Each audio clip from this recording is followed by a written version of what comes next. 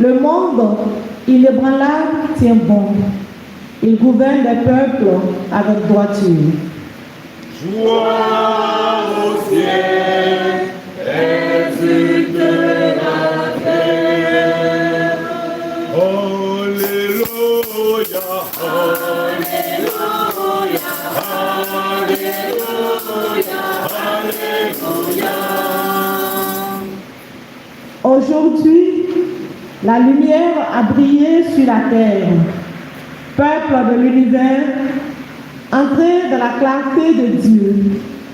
Venez tous adorer le Seigneur. Alléluia, Alléluia, Alléluia, Alléluia. Le Seigneur soit avec vous. Et avec votre esprit. Évangile de Jésus-Christ selon saint Luc.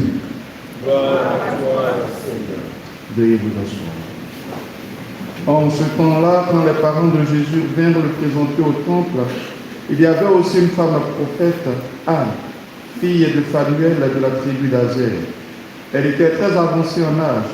Après 7 ans de mariage, demeurée veuve, elle est arrivée à l'âge de 84 ans. Elle ne s'éloignait pas du temple, servant Dieu jour et nuit dans le jeûne et la prière. Survenant à cette heure même, elle proclamait les louanges de Dieu et parlait de l'enfant à tous ceux qui attendaient la délivrance de Jérusalem. Lorsqu'ils eurent achevé tout ce que prescrivait la loi du Seigneur, ils retournèrent en Galilée dans leur ville de Nazareth. L'enfant, lui, grandissait et se fortifiait, rempli de sagesse, et la grâce de Dieu était sur lui. Veuillez vous mettre debout. Acclamons la parole de Dieu. Louange à toi, Seigneur Jésus.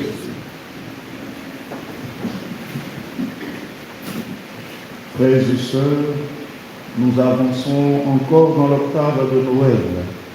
Et la liturgie de ce jour nous donne deux belles paroles qui se répondent.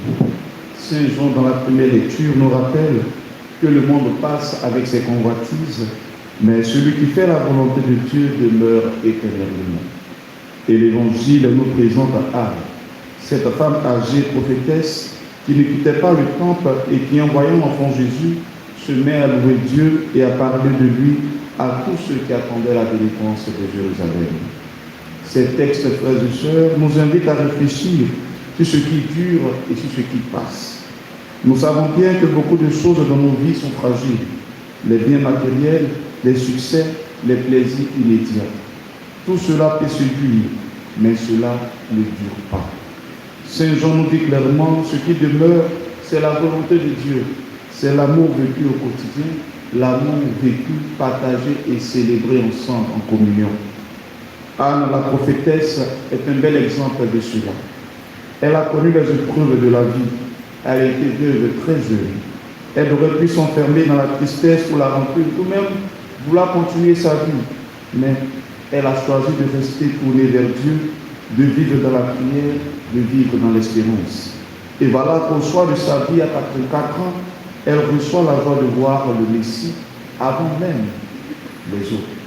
Sa fidélité est alors récompensée. Frères et sœurs, nous aussi, nous avons nos épreuves au quotidien, nous avons les épreuves de notre vie, nous avons les défis que nous affrontons. Des blessures familiales, des déceptions, des fatigues, des désillusions même parfois. Mais la question est simple. Est-ce que nous cherchons ce qui passe ou est-ce que nous cherchons ce qui demeure?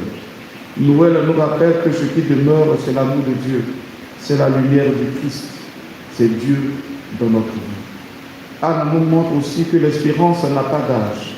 Même au choix de sa vie, elle est capable encore de témoigner, de parler de Jésus à ceux qui attendent. Cela nous rappelle que chacun de nous, quel que soit son âge ou sa situation, peut être et doit être un témoin du Christ, un témoin de la lumière, un témoin de Dieu.